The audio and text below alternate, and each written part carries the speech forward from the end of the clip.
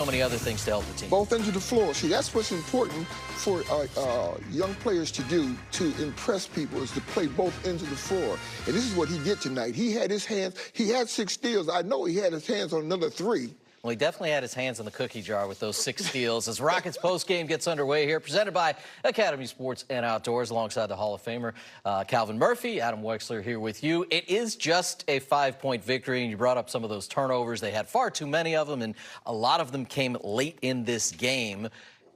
39 points off 21 turnovers made the margin much smaller, but they had a good second quarter and early third to give them a cushion. You know, I'm not making excuses because most of the game they were very lackadaisical. But they had no respect for Washington's team whatsoever. They did enough to win. When Washington tried to mount a comeback, then they would turn up the juice again.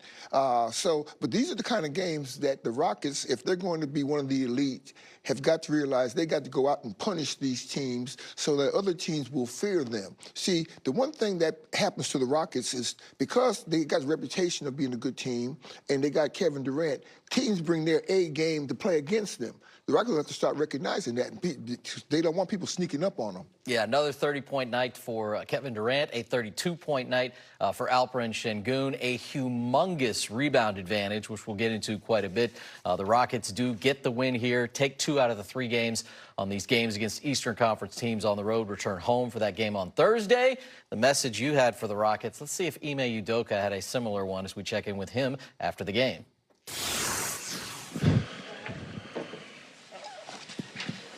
Ime, it seemed like it was a bit of a slow start for you guys in that first quarter. What did you see, and what did you see about how your team was able to push through that? Weren't that physical at the start. They made, I think, 7 or 8 threes in the first quarter.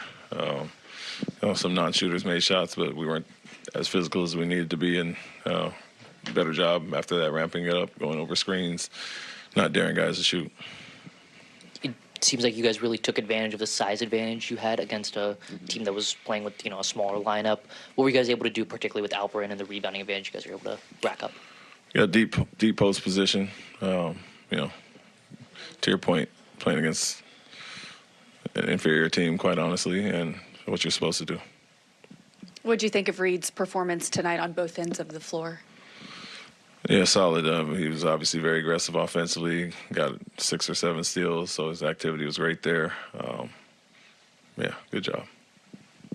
Did those steals, of those steals, would you break them down? I know you've talked about him gambling at times for steals. Did tonight seem like a game where he was doing that, or was it more just positioning? No, those are good attempts. I think it's more so when he is on the ball and when in shooting motion, some of the slap down, bailout fouls there. He has great instincts and hands, and we want him to make plays, especially in the passing lane or off the ball. And, you're going to live with those. It's more so the bailout foul reach downs that he's doing a much better job avoiding. It seemed like Dorian had some success attacking hard closeouts today, even with some of the shooting struggles he's had this season. What have you noticed about the way that teams close out against him? Yeah, I mean, that's the reputation. It's going to take some time this year to get your legs rhythm shot back after missing that amount of time coming off surgery, but that'll happen eventually. And tonight looked like a step in the right direction as far as his pop and some explosion. Any other questions? Does a game like tonight from Reed, I know we talked about the starting lineup decision before the game, is that stay the same, or does tonight's game change anything for that? We'll see. A man rolled his ankle, and we got to wait on Jabari, so we'll see at the time. When did a man roll his ankle? Fourth quarter. Gotcha. Thanks, Coach. Thank you. The only problem I have with the fact that the Rockets were able to be a plus 32 tonight, they only had 8 points in fast breaks. When you can rebound that well, you've got to push the tempo. You've got to get down and get as many opportunity baskets as possible.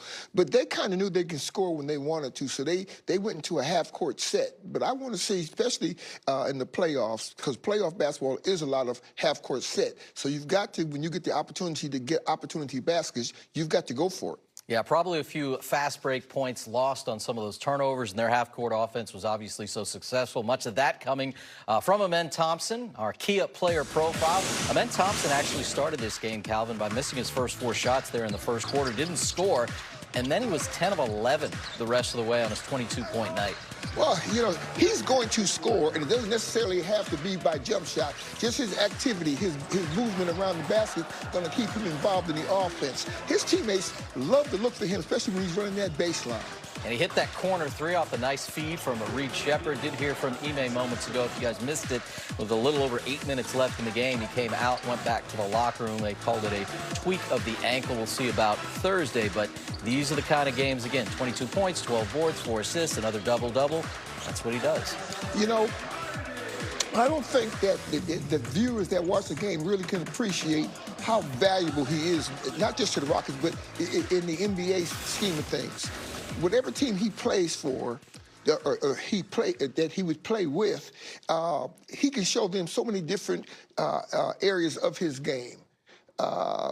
He can walk right into an offense, not be a part of the offense, and still score with his movement. See, that's very impressive for a lot of players that don't particularly want to move unless they have the ball. Yeah, only a few times in this game was he really ISOing. He had that jumper from the elbow when they were giving him all that space, hit the three, most of his shots right there around the rim as per usual. Teammates know where he's going to be. One of the quickest leapers in Absolutely. the NBA, so he took care of business. Get back out to Washington and get a full recap of this one from Craig and Ryan. All right, appreciate it, guys. Thank you very much. Rockets Ryan tonight here in D.C. Another win over the Wizards. Their 7th in a row, wrapping up the road trip. 2 wins and 1 loss. Back in the win column again after that loss in Miami. Rockets were outscored by 30 points from the three-point line here tonight. It's rare when a team wins a game in that scenario, but they did because, A, the Rockets out-rebounded the Wizards by 32. They outshot them at the free throw line and had terrific games from Kevin Durant, Alperen Sengun, Reed Shepherd, and Amen Thompson. And hats off to Washington. They're young and developing, but they came out and competed, played hard, had a bit of a scrappy moment there. And the future's going to be bright with bringing Trae Young and Anthony Davis next year. But, hey, man, I think the biggest takeaway that you brought up, Reed Shepherd stepping in, playing hard, the 10 assists stand out, looking for his leadership, obviously learning everything he can in Fred VanVleet's absence. But Reed Shepherd, just a phenomenal game, and the plus-minus was there. But, again, going to a situation like this, get better, and he did. Yeah, I mean, a career-high 10 assists, a career-high 6 steals, career-high tying 2 blocks, had 7 rebounds and 19 points, 4 more threes. Incredible all-around game for Reed Shepherd. Kevin Durant back home. Again, we talked a lot about Alperen Sengun, who had an awesome game. Took advantage of the matchup tonight.